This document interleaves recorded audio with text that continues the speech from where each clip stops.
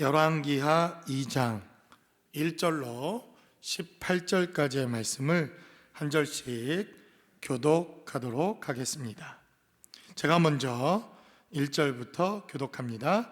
여호와께서 회오리 바람으로 엘리야를 하늘로 올리고자 하실 때에 엘리야가 엘리사와 더불어 길갈에서 나가더니 엘리야가 엘리사에게 이르되 청하건대 너는 여기 머물라 여호와께서 나를 베델로 보내시느니라 하니 엘리사가 이르되 여호와께서 살아계심과 당신의 영혼이 살아있음을 두고 맹세하노니 내가 당신을 떠나지 아니하겠나이다 하는지라. 이에 두 사람이 베델로 내려가니 베델에 있는 선지자의 제자들이 엘리사에게로 나와 그에게 이르되 여호와께서 오늘 당신의 선생을 당신의 머리 위로 데려가실 줄을 아시나이까 하니 이르되 나도 또한 아노니 너희는 잠잠하라 하니라. 엘리야가 그에게 이르되 엘리사야 청하건대 너는 여기 머물라 여호와께서 나를 여리고로 보내시느니라. 엘리사가 이르되 여호와께서 살아계심과 당신의 영혼이 살아있음을 두고 맹세하노니 내가 당신을 떠나지 아니하겠나이다 하니라. 그들이 여리고에 이르매 여리고에 있는 선지자의 제자들이 엘리사에게 나와 이르되 여호와께서 오늘 당신의 선생을 당신의 머리 위로 데려가실 줄을 아시나이까 하니 엘리사가 이르되 나도 아노니 너희는 잠잠하라. 엘리야가 또 엘리사에게 이르되 청하건대 너는 여기 머물라 여호와께서 나를 요단으로 보내시느니라 하니 그가 이르되 여호와께서 살아계심과 당신의 영혼이 살아있음을 두고 맹세하노니 내가 당신을 떠나지 아니하겠나이다 하는지라. 이에 두 사람이 가니라. 선지자의 제자 50명이 가서 멀리 서서 바라보매 그 두 사람이 요단가에 서 있더니 엘리야가 겉옷을 가지고 말아 물을 치매 물이 이리저리 갈라지고 두 사람이 마른 땅 위로 건너더라. 건너매 엘리야가 엘리사에게 이르되 나를 내게서 데려감을 당하기 전에 내가 내게 어떻게 할지를 구하라. 엘리사가 이르되 당신의 성령이 하시는 역사가 갑절이나 내게 있게 하소서 하는지라. 이르되 내가 어려운 일을 구하는도다. 그러나 나를 내게서 데려가시는 것을 내가 보면 그 일이 내게 이루어지려니와 그렇지 아니하면 이루어지지 아니하리라 하고 두 사람이 길을 가며 말하더니 불수레와 불말들이 두 사람을 갈라놓고 엘리야가 회오리 바람으로 하늘로 올라가더라. 엘리사가 보고 소리 지르되 내 아버지여 내 아버지여 이스라엘의 병거와 그 마병이여 하더니 다시 보이지 아니하는지라. 이에 엘리사가 자기의 옷을 잡아 돌로 찢고 엘리야의 몸에서 떨어진 겉옷을 주워 가지고 돌아와 요단 언덕에 서서 엘리야의 몸에서 떨어진 그의 겉옷을 가지고 물을 치며 이르되 엘리야의 하나님 여호와는 어디 계시니까 하고 그도 물을 치매 물이 이리저리 갈라지고 엘리사가 건너니라. 맞은편 여리고에 있는 선지자의 제자들이 그를 보며 말하기를 엘리야의 성령이 하시는 역사가 엘리사 위에 머물렀다 하고 가서 그에게로 나아가 땅에 엎드려 그에게 경배하고 그에게 이르되 당신의 종들에게 용감한 사람 50명이 있으니 청하건대 그들이 가서 당신의 주인을 찾게 하소서. 염려하건대 여호와의 성령이 그를 들고 가다가 어느 산에나 어느 골짜기에 던지셨을까 하나이다 하니라. 엘리사가 이르되 보내지 말라 하나 무리가 그로 부끄러워하도록 강청함에 보내라 한지라. 그들이 50명을 보냈더니 사흘 동안을 찾되 발견하지 못하고 엘리사가 여리고에 머무는 중에 무리가 그에게 돌아오니 엘리사가 그들에게 이르되 내가 가지 말라고 너희에게 이르지 아니하였느냐 하였더라. 아멘. 오늘 본문에 기록되어져 있는 하나님의 말씀은 우리가 잘 아는 것처럼 엘리야가 이제 하늘로 승천하여 이 땅에서 죽음을 맛보지 아니하고 하나님 나라에 옮겨지는 이러한 역사가 오늘 열왕기하 2장에 기록되어져 있습니다. 성경에 기록되어져 있는 하나님의 말씀을 살펴보면 이렇게 죽음을 맛보지 아니하고 하나님께 붙들려 들림을 받게 되어지는 역사가 성경에 등장하게 되는데 창세기 5장에 등장하는 에녹의 사건이 그 첫 번째 사건입니다. 에녹이라고 하는 이 하나님의 사람이 무두셀라라고 하는 아들을 낳고 무두셀라를 낳고 난 이후 그는 300년을 하나님과 동행하였더니 하나님께서 그를 데려가심으로 하나님께서 그를 옮겨가심으로 그가 이 땅에 다시 있지 아니하였다. 창세기는 이렇게 증거합니다.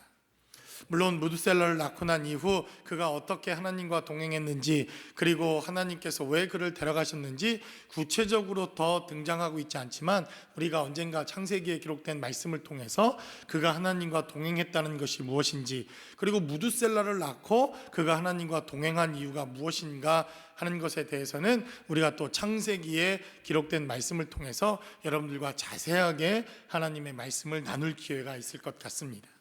그리고 오늘 엘리야에 기록되어져 있는 이 열왕기하 2장의 기록의 말씀을 통해서 이제 또 하나님의 사람 위대한 선지자였던 이 엘리야라고 하는 하나님의 사람이 또 하나님께 부름을 받아 그가 하나님의 죽음을 맛보지 아니하고 육체가 있는 동안 하늘로 들림을 받게 되어지는 역사가 열왕기하 2장에 등장하게 됩니다. 물론 주님께서 십자가의 죽음을 당하시고 그리고 십자가에서 죽으신 지 사흘 이후 부활하시고 난 이후 주님이 또한 하늘로 올리워 가시면서 너희가 본 모습 그대로 주님께서 이 땅에 오실 것이다. 사도행전 1장 8절은 기록하고 있습니다. 그리고 성령의 그 역사를 따라 너희가 하늘로 올리우신 그 하나님의 모습 그대로 이 땅에 주님이 다시 오시는데 너희가 내 증인이 되고 너희가 나아가 하나님의 복음을 전하라고 하는 하나님의 언약된 약속의 메시지가 또한 사도행전 1장에 등장합니다. 그리고 아직 이루어지지 아니하였지만 이제 마지막 때에 계시록은 등장하기를 저와 여러분들도 이 세대를 살아가는 우리들에게도 하나님께서 어느 날 정말 도둑과 같이 이 땅에 나타나셔서 저와 여러분들을 얼마든지 그리고 언제든지 하늘로 들려 올라가실 수 있다. 성경은 이렇게 증거합니다. 그러니까 오늘 이 엘리야가 하나님 나라의 죽음을 맛보지 않고 천국에 들려 올라간 사건은 정말 몇천 년 전 신하와 아니면 이 선지자와 같은 이러한 사람들에게만 해당되어지는 메시지가 아니라 이 시대를 살아가는 아니 너무나도 더 분명해집니다. 오늘 내일 그 다음 날을 알 수 없는 이 불확실한 시대를 살아가는 우리들에게 정말 마지막 때에 하나님의 때라고 한다면 정말 우리는 어떻게 이 마지막 때를 준비하고 이 마지막 때를 살아내야 하며 마지막 때에 우리가 하나님을 믿는다고 하는 사람들이 어떠한 삶의 방식으로 삶의 자리를 준비하는 것이 필요한가 하는 데에 이 엘리야의 사건은 대단히 중요한 사건이라고 하는 것을 성경은 우리에게 말씀하고 있다는 것입니다. 그래서 성경이 말하고 있는 바로 이 종말에 대해서 우리가 이해해야 할 필요가 있습니다. 성경은 종말을 두 가지의 사건으로 이야기합니다. 전 우주적인 종말에 대해서 성경은 말합니다.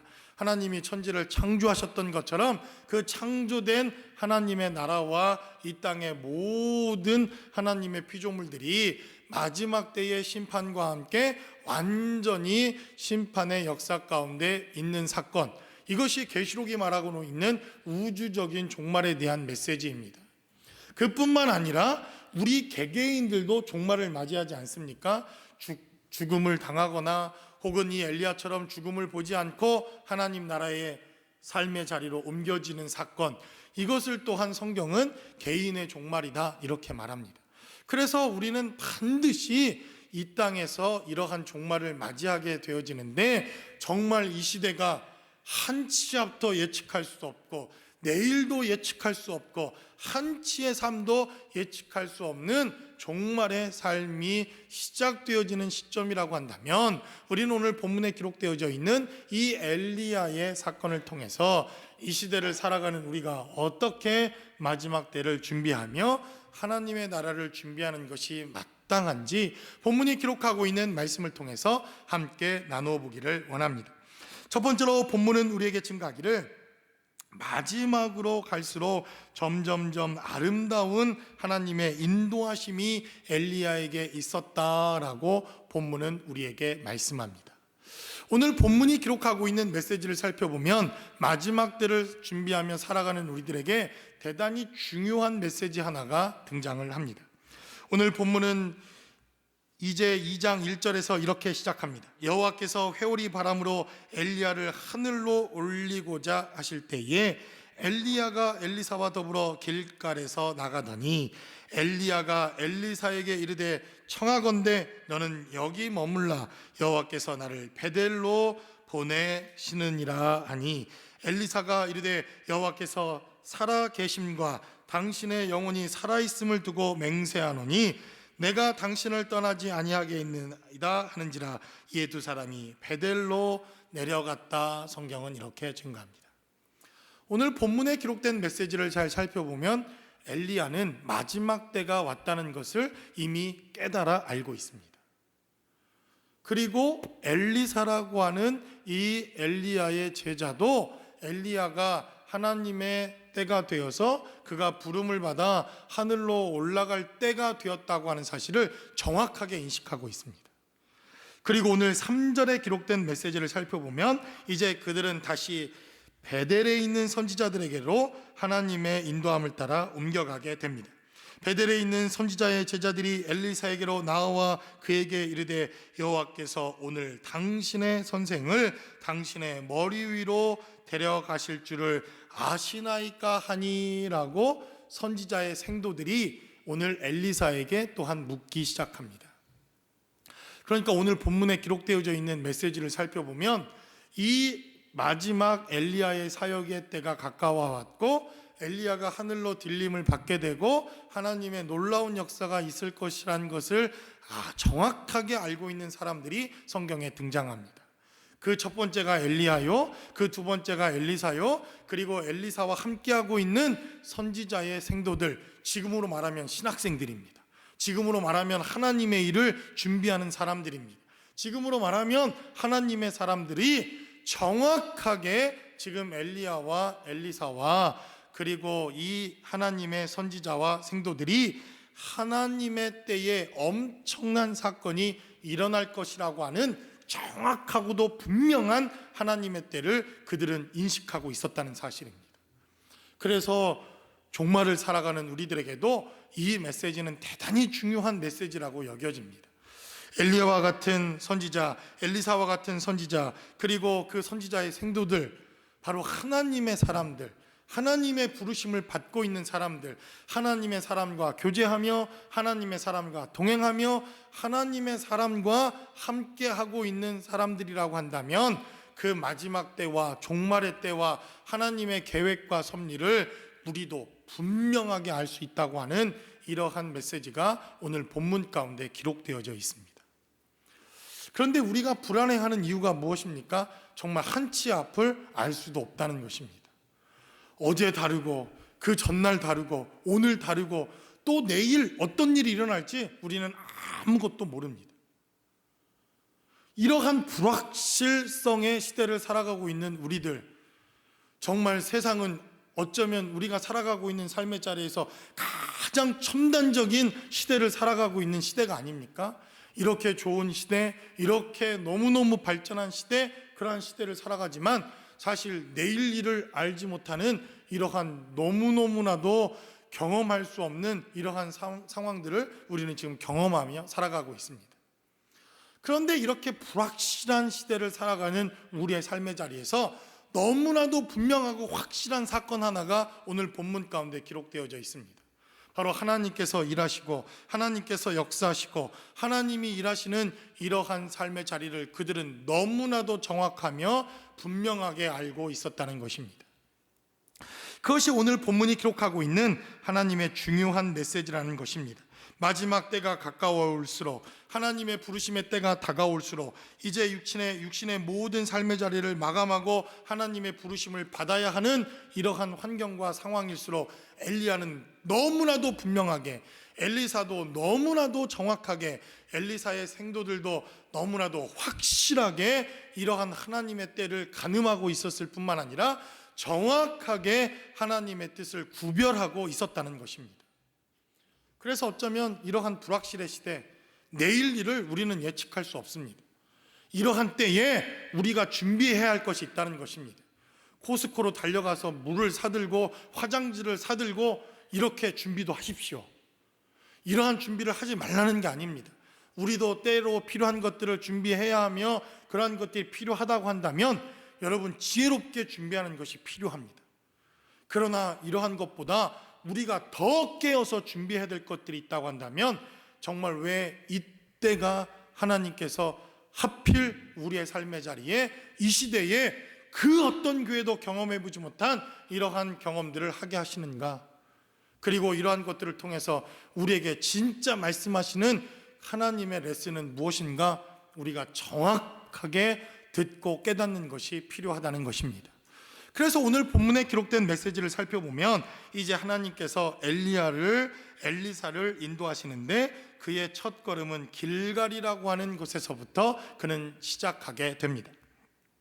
그래서 2장 1절에 기록된 메시지를 살펴보니까 하나님께서 길갈이라고 하는 그 삶의 현장에서 엘리야와 엘리사를 정확하게 부르시고 그들을 하나님의 나라로 인도하시겠다고 하는 분명한 메시지를 전달하십니다.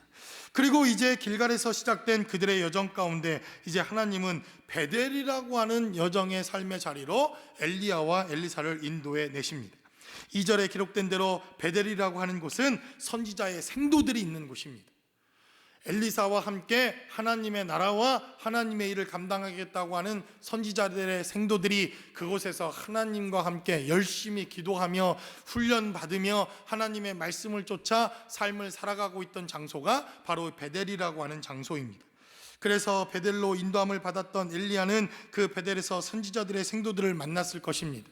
그들에게 마지막에 대한 메시지를 부탁하고 자기가 하늘로 들려 올리게 되어지면 그 이후에 있을 사역과 이 이스라엘과 하나님의 나라에 대한 부탁을 그는 엘리야는 틀림없이 했을 것입니다. 그리고 이 베델에서의 사역이 끝나게 되어지자 이제 하나님께서는 여리고라고 하는 땅으로 엘리야와 엘리사를 인도해 내십니다.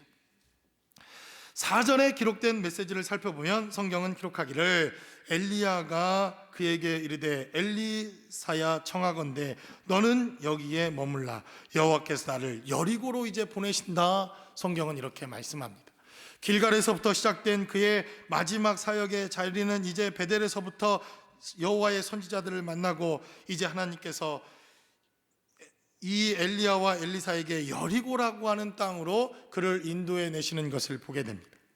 성경에 등장하는 여리고 사건, 여리고는 하나님과 완전히 반대되어지는 곳입니다. 하나님의 뜻과 반대로 행하는 곳이며 하나님의 말씀이 없는 곳이며 생명이 없는 곳이며 생명이라고는 찾아볼 수 없는 곳이 바로 이 여리고라고 하는 성으로 자주 등장합니다. 그래서 우리가 다음 시간에 말씀을 나누겠지만 2장 19절에서부터 25절까지 이 엘리사라고 하는 선지자가 그의 첫 번째 사역을 시작하는 장소가 바로 생명이 없는 바로 여리고라고 하는 성에서부터 생명의 역사를 시작하는 그의 첫 번째 사역의 메시지가 시작됩니다. 그러니까 하나님께서 베델에서 선지자를 만나게 하시고 하나님이 없는 장소, 하나님을 떠난 곳, 죽음밖에는 만날 수 없는 이 여리고라고 하는 삶의 현장에서 마지막 사역을 감당하게 하십니다. 4절과 5절에서 여리고의 모든 사역을 마치고 이제 그 사역의 과정을 지난 엘리야에게 하나님은 이제 마지막 관문인 요단이라고 하는 장소로 엘리야를 인도해 내십니다. 6절에 기록된 말씀을 살펴보면 엘리야가 또 엘리사에게 이르되 청하건대 너는 여기 머물라 여호와께서 나를 요단으로 보내신다라고 성경은 기록합니다. 그러니까 여러분 오늘 본문에 기록되어져 있는 이 엘리야의 사건을 살펴보면 그는 이제 이 모든 과정을 거치고 하나님 나라의 부름을 받습니다. 그러니까 지금 이 부름을 받는 장면에서 그가 여러 과정을 거치고 여러 지명을 거치고 그 과정을 다 거치고 난 이후에 하나님의 부름을 받았다는 것은 대단히 중요합니다. 다른 말로 하면 하나님께서 우리를 하나님 나라로 인도해 가시고 우리를 부르시고 죽음을 맛보지 않고 불려 올라갔던 이 엘리야도 그의 과정과 가야 할 길과 그 과정을 거치고 삶의 자리를 다 거치고 난 이후에 하나님께서 그를 하나님의 나라로 부르셨다고 하는 사실, 오늘 본문이 기록하고 있는 메시지라는 것입니다. 그래서 오늘 본문에 기록된 메시지를 살펴보면 바로 이 길갈이라고 하는 장소는 하나님께서 이스라엘의 모든 부끄러움을 제하신 곳입니다. 그들이 요단을 건너 광야에서 하나님의 가나안 땅, 첫 번째 가나안 땅에 들어온 장소가 길갈이요, 그곳에서 모든 수치가 굴러간 장소요, 하나님의 은혜와 생명이 회복되어진 곳이요, 다시 그들이 유월절을 지켰던 장소가 바로 이 길갈이라고 하는 장소입니다. 베델은 하나님의 놀라운 축복의 땅입니다.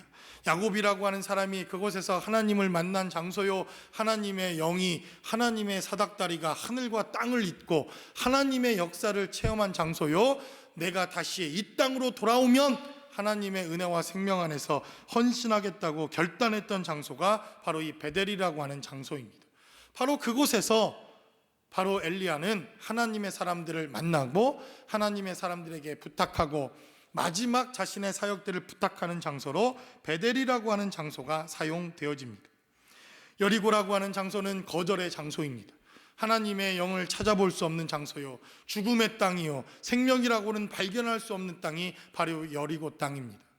그리고 그는 마지막 요단이라고 하는 곳에서 그가 자신이 가지고 있는 겉옷으로 치니 그 요단강이 갈라지고 그곳에서 하나님의 역사가 있고 난 이후 그는 하나님의 부르심을 받습니다.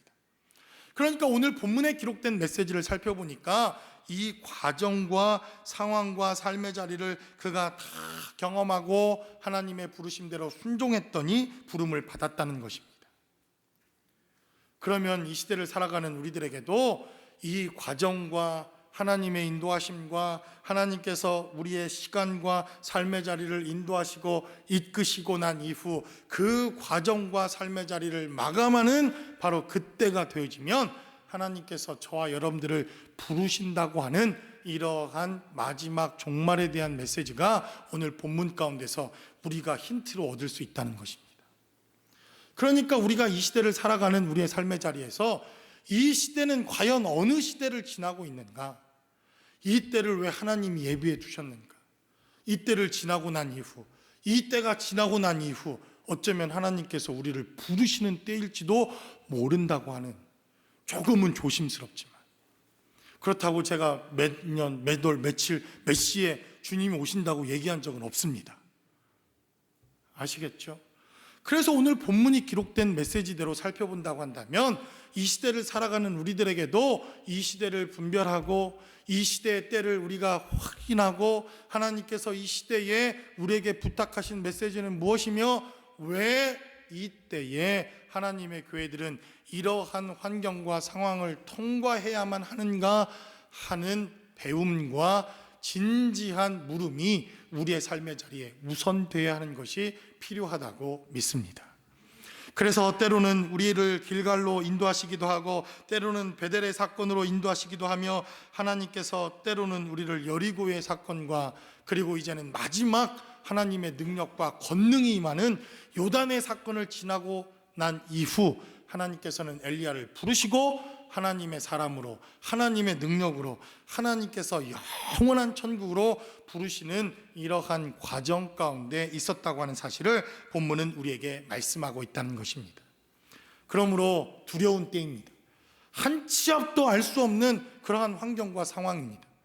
그럼에도 불구하고 우리가 먼저 하나님 앞에 구해야 할 이러한 기도의 제목과 삶의 모습이 있다고 한다면 바로 우리는 지금 어떠한 삶의 자리를 통과하고 있는가, 그리고 우리는 이 시점에서 어떻게 주님의 은혜와 주님의 경륜과 섭리를 바라보는 것이 마땅한가, 이것이 먼저 우리의 삶의 자리에서 마지막 때를 준비하고 불확실한 삶의 자리를 살아가는 우리의 삶의 자리에 필요한 삶의 태도라고 믿습니다.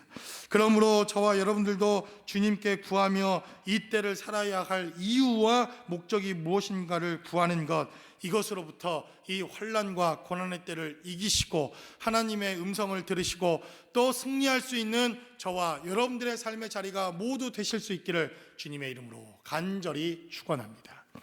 두 번째로 본문은 우리에게 증가하기를 이제 마지막 때에 하나님의 부르심을 입는 사람들에게 감당해야 할 사역과 마지막 목적이 있다고 하는 것을 성경은 우리에게 증거합니다. 그것은 바로 사람을 세우고 떠나는 것이 우리의 삶의 자리에 필요한 것임을 성경은 우리에게 말씀합니다.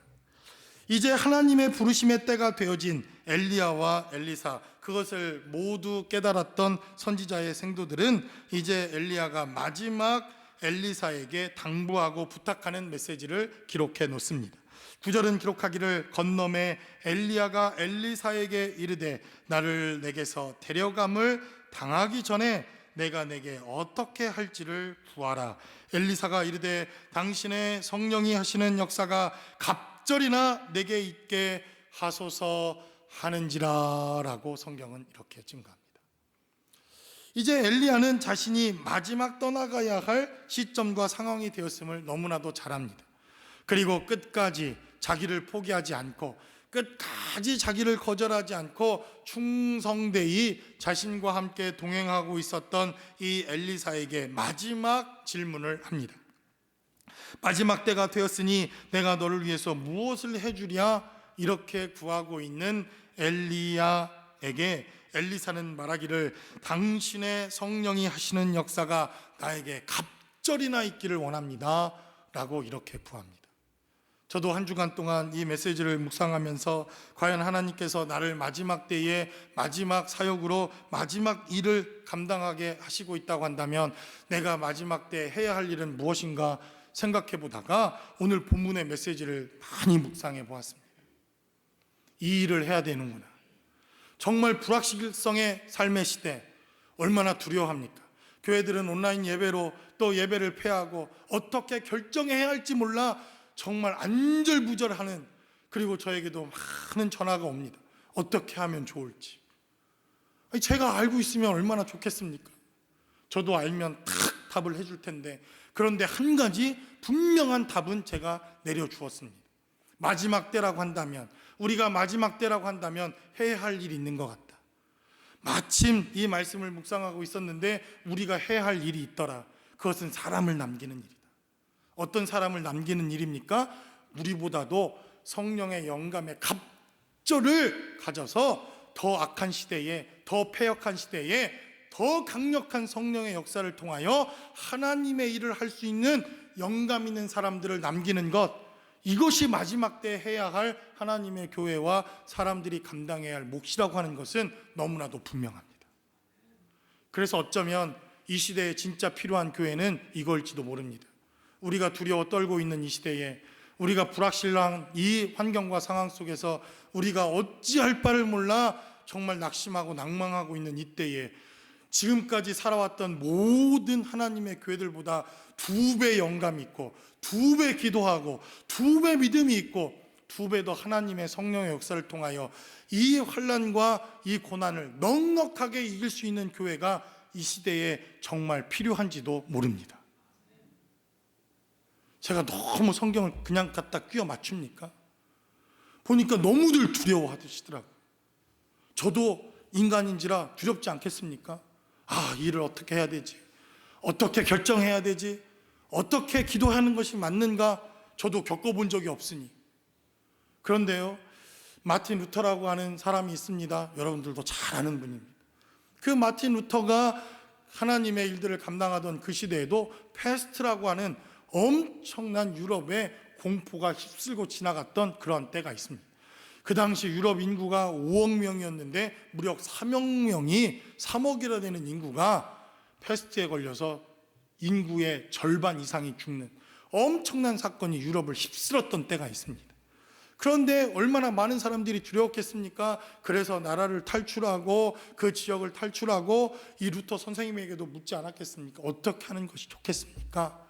그러자 이 마틴 루터가 목회자들을 모아놓고 말합니다. 나도 사람이니 두렵고 나도 사람이니 이 패스트균이 얼마나 위험한 것인지 잘 알지만, 그러나 목회자들에게는 영적인 책임과 사회적인 책임이 있다. 그리고 그는 글을 쓰기 시작합니다. 마지막 때에 죽어가는 패스트균으로 죽어가는 그들이 누군가에게 위로가 필요하다고 한다면, 그들이 누군가에게 마지막 성례를 베풀어 주기를 바란다면, 마지막 침례가 필요하고 세례가 필요하고 믿음의 신앙의 고백이 필요하고 그들을 위해 기도해 줄 사람이 필요하다고 한다면 바로 성직자들은, 하나님의 사람들은 감당해야 할 몫이 있고 이것이 바로 영적인 책임과 우리가 감당해야 될 몫이다 라고 그는 그렇게 글을 남겨놓습니다. 이것이 어쩌면 이 시대를 살아가는 이 코로나 바이러스를 우리가 앞에 두고 우리 사역자들과 하나님의 교회가 감당해야 할 가장 중요한 삶의 목적과 이러한 모습은 아닐까 생각해 보게 된다는 것입니다. 그래서 제가 일부 때는 여러분들에게 그렇게 설교했습니다. 여러분들 가운데 여러분들이 아니라고 가정합시다. 어느 곳에서 정말 코로나 바이러스로 다 이제 정말 마지막 하나님의 부르심을 받는 사람들이 있어서 아무도 그를 찾아주지 않아서 어느 날 교회 방명록을 보니까 제자들 교회 하필 박종순 목사가 있어서 이 사람에게 전화를 걸어서 혹시 목사님이면 예배해 주시고 마지막 가는 기도를 해달라고 부탁하면, 일부 때는요 제가 뭐라고 대답하냐면 저도 좀 생각을 해봐야 하지 않겠습니까? 마스크라도 쓰고. 그런데 제가 말씀을 묵상하고 또 하나님의 말씀을 듣다가 정말 제일 먼저 달려갈 수 있고 제일 먼저 하나님의 말씀에 순종할 수 있다고 한다면, 그것이 과연 이 시대에 하나님께서 이 불확실성의 시대에 이 교회가 감당해야 할 몫과 우리의 마음과 영적인 삶의 간구가 아닐까를 생각해 보게 된다는 것입니다. 그래서 오늘 본문은 우리에게 증거합니다. 나에게 영감의 갑절을 달라고. 엘리야 선생님이 했던 사역에 이 놀라운 성령의 역사에 갑절을 주시면 이 패역하고 더 고통스럽고 더 패역한 이 시대에 내가 하나님의 일을 감당하겠습니다 라고 선언하는 이 엘리사와 같은 사람을 남겨놓는 것, 이것이 어쩌면 이 시대에 하나님의 교회가 감당해야 할 몫이라고 여겨집니다. 두려움과 고난에 떨고 있는 이 시대에, 그래서 정말 어쩌면 우리가 지금까지 신앙생활 해온 것도, 하나님 앞에 기도한 것도, 말씀으로 살아가는 것도 이 시대를 위한 믿음이 아닐까라고 생각해 보게 됩니다. 이러한 고난을 이기시고 또 이러한 환난을 넉넉하게 이기시며, 그리고 이러한 고난과 환난 앞에서도 담대하게 외칠 수 있는 엘리사와 같은 하나님의 사람을 남겨놓고 우리가 먼저 엘리사와 같은 담대한 믿음의 사람들이 되어질 수 있다고 한다면, 이 시대에 당하고 있는 이러한 삶의 고난과 의미도 우리에게 대단히 의미 있는 시간이라고 여겨집니다. 저와 여러분들의 삶의 자리에 이러한 하나님의 축복이 함께 하실 수 있기를 주님의 이름으로 간절히 축원합니다. 마지막으로 본문은 우리에게 증거합니다. 그래서 정말 마지막까지 하나님의 들림을 받기 위해서 성령의 붙들리는 삶의 자리가 필요하다고 성경은 우리에게 말씀합니다. 15절에 기록된 말씀을 살펴보면 이제 하나님의 불병거와 불말들이 엘리야를 데리고 하늘로 올라가기 시작합니다. 그리고 15절에 기록된 대로 맞은편 여리고에 있는 선지자의 제자들이 그를 보며 말하기를 엘리야의 성령이 하시는 역사가 엘리사 위에 머물렀다 하고 가서 그에게로 나아가 땅에 엎드려 그에게 경배하였다. 성경은 이렇게 말씀합니다. 엘리야의 예언대로, 엘리사의 간구함대로, 그리고 선지자의 생도들이 하나님의 뜻과 말씀을 통하여 그들이 말씀을 통해 알았듯이 이제 엘리야는 하늘로 올림을 받게 됩니다. 그리고 성령의 역사가 엘리사라고 하는 사람에게 머무르고 엘리사는 그가 기도한 대로 2배 갑절의 영감을 받는, 갑절의 능력을 체험하는, 갑절의 하나님의 은혜를 받는 선지자로 그렇게 하나님께 부름을 받게 됩니다.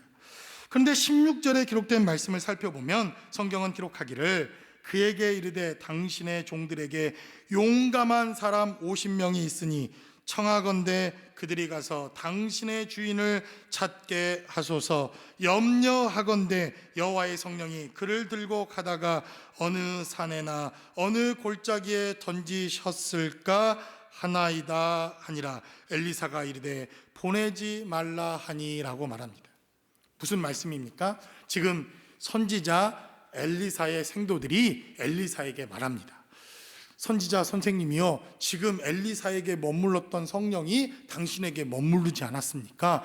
그러니 엘리야를 내가 찾아서 엘리야가 어디 떨어져서 이제 산골짜기에 떨어져 있는지 죽게 되었는지 그를 찾아 나서겠습니다. 이렇게 말하는 것입니다.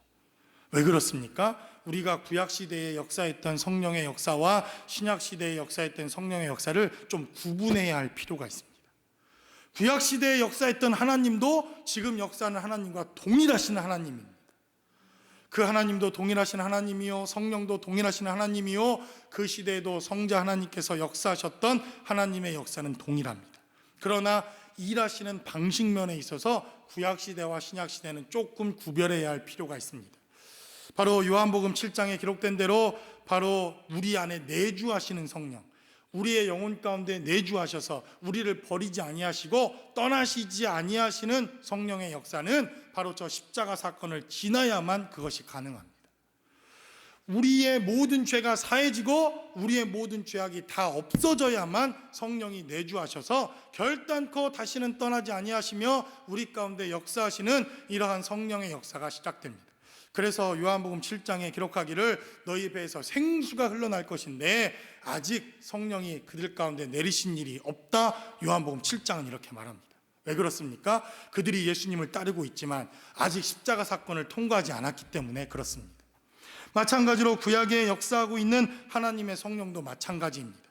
성령의 역사가 있었고 하나님의 역사가 있었지만 이 구약시대의 성령은 다른 곳으로 성령의 역사가 떠나가고 옮겨지면 그 성령의 역사가 옮겨지는 하나님의 역사입니다. 아직 우리 가운데 내주하지 않기 때문에, 우리의 영혼 가운데 내주하시지 않기 때문에 범죄하거나 하나님께 우리가 죄를 범하면 성령의 역사가 떠나갑니다. 그래서 대표적으로 삼손이라고 하는 사람도 그가 몸에 삭도를 대기 시작하니 성령의 역사가 떠나갑니다. 사울이라고 하는 사람도 하나님 앞에 범죄하기 시작하자 성령의 역사가 이제 다윗에게로 옮겨갑니다. 다윗이라고 하는 사람도 하나님의 성령으로 충만한 사람이었지만 그가 밧세바와 범죄하자 그는 시편 51편에서 이렇게 눈물로 기도합니다. 다른 것, 하나님 다른 건 다 괜찮습니다. 내가 죄로 죄값을 받고 죄의 값에 내가 범죄한 죄값을 받는 것 당연한 일이지만 하나님의 성령은 떠나지 않게 해달라고 그는 눈물로 하나님 앞에 기도합니다. 그래서 시편 51편에 주의 성신을 내게서 거두지 말라, 주의 성령이 내게서 떠나지 않게 해달라고 그는 눈물로 하나님 앞에 기도합니다. 그러니까 오늘 본문에 기록된 대로 이 선지자의 생도들은 그러한 생각들이 있는 것입니다. 엘리야의 역사했던 하나님의 성령이 이제 엘리사에게 옮겨간 것을 보니 엘리야에게 하나님의 성령이 떠나갔나 보다, 그들은 그렇게 생각합니다. 그러니 성령이 떠나갔으니 하나님의 성령에 붙들려 올라갔던 엘리야가 올라가다가 어디 처박혀서, 올라가다가 어디 하나님께 버림을 받아서 그렇게 되어졌다고 하면 우리가 엘리야를 찾아오겠나이다, 이렇게 묻는 것입니다. 여러분 이해가 되십니까? 그런데 엘리사는 말하기를 그렇게 하지 말라라고 말합니다. 그러나 17절에 기록된 대로 무리가 그로 부끄러워하도록 강청함에 보내라 한지라. 그들이 50명을 보냈더니 사흘 동안 찾되 발견하지 못하였다, 성경은 말합니다. 결국 엘리야는 하나님의 성령에 붙들려 그는 천국으로 옮겨져 이 땅에 존재하지 않는 하나님의 들림을 받는 사람이 되어진 것을 성경은 우리에게 증거합니다. 그래서 여기서 대단히 중요한 하나님의 메시지 하나가 있습니다. 저도 어떻게 휴거되는지 모르겠습니다. 당해보지 않았으니, 어떻게 하늘나라로 올라가야 되는지 저도 한 번도 경험해보지 못했으니, 그러나 성경이 그렇게 이야기하니까 분명히 우리는 마지막 날 들림을 받고 하나님의 부르심을 받아 주님이 우리가 육체가 살아있는 동안 오시면 우리도 반드시 들림을 받을 것이라고 믿습니다. 그런데 오늘 한 가지 중요한 힌트가 있습니다. 성령에 붙들리면, 성령의 역사가 그 위에 머물러 있으면, 성령 하나님이 그 위에 영원히 머물러 있고 하나님의 임재가 있고 하나님의 능력이 있으면 결단코 우리는 중간에 떨어지지 아니하고 하나님의 나라에, 하나님의 하늘나라에, 하나님의 역사까지 옮겨진다고 하는 사실을 우리는 이 엘리야의 사건을 통해서 체험하고 경험하게 된다는 것입니다. 그래서 하나님의 손에 붙들리는 것, 하나님께서 함께 하시는 삶을 살아가도록 삶의 자리를 우리가 내어드리는 것이 대단히 중요하다는 것입니다. 그 방법은 여러분들이 누구보다도 잘 압니다. 어떻게 성령이 우리 가운데 떠나지 않나야 우리가 어떻게 삶을 살아갈 수 있는가, 성령 하나님이 어떻게 계속해서 우리 가운데 머무시게 할 수 있는가, 그것은 제가 여러분들에게 말씀드리지 않아도 여러분들이 너무나도 잘 알고 있는 메시지라고 믿습니다. 하나님과 동행하며 말씀대로 살아가며 늘 기도하며 우리의 죄악과 허물을 십자가에 내어 맡기고 날마다 주님과 동행하며 하나님만을 바라보며 살아가는 것, 이것이 하나님과 동행하는 삶이요 성령께서 우리에게 지극히 머무시는 삶이라고 저는 믿습니다. 그러므로 지금 불확실한 시대를 살아가고 있는 이 시대, 얼마나 불안하고 얼마나 어려운 시대입니까? 저도 오늘 이 본문의 메시지를 묵상하다가 지난 한 주간 동안 오직 주님만 바라보며 주님만을 묵상해야 되는데 이 묵상 중간에 자꾸 코로나 바이러스가 끼어들더라고요. 주님만 바라봐야지, 주님만 묵상해야지, 마음의 평안을 달라고 기도하며 묵상하는데 갑자기 이 묵상 가운데 코로나 바이러스가 끼어듭니다. 어떻게 해야 되지? 어떻게 결정해야 되지? 우리 교회는 무엇을 결정해야 되지?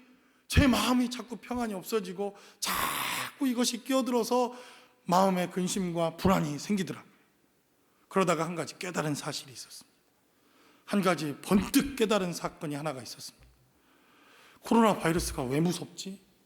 나는 아직 당한 것도 아닌데. 생각해 보니까 다른 감기 바이러스보다 전파 속도가 엄청 빠르다는 겁니다.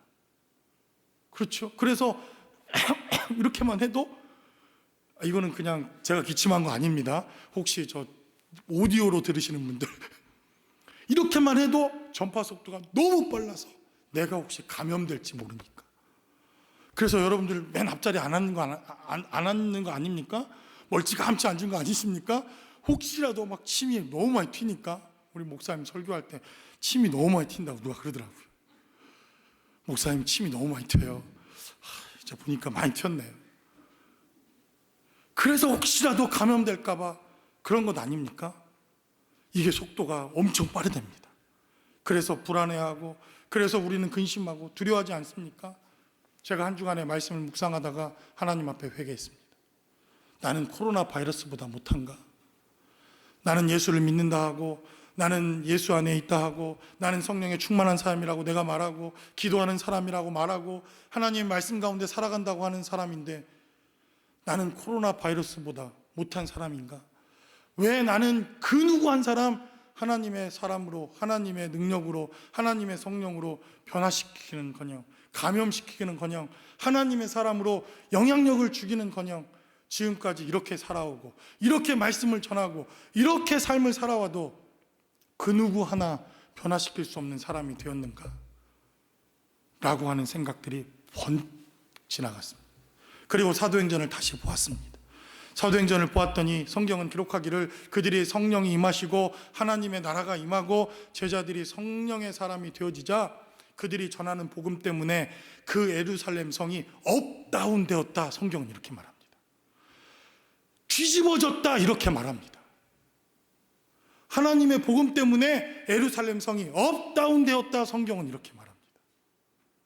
이것이 초대교회의 생명이었는데, 이것이 하나님의 사람들의 생명이었는데, 이 시대를 살아가는 우리들에게 정말 어쩌면 진짜 필요한 것이 무엇일까를 우리가 다시 한번 생각해 봐야 할 시대라고 믿습니다. 바로 성령에 충만하여 끝까지 하나님의 손에 붙들려 하나님의 나라로 불리워졌던 이 엘리야의 삶처럼 우리도 성령에 붙들려 끝까지 하나님의 사람으로 살아낼 수 있다고 한다면, 이 시대를 살아가는 저와 여러분들의 삶의 자리에 바로 이 시대에 그리스도의 삶이 무엇인지, 하나님의 삶이 무엇인가 하는 것을 세상에 외칠 수 있는 삶의 자리라고 여겨집니다. 그러므로 이러한 불확실성과 고난의 시대를 살아가는 저와 여러분들의 삶의 자리에 하나님의 손에 붙들려 살아낼 수 있는 저와 여러분들이 모두 되실 수 있기를 주님의 이름으로 간절히 축원합니다.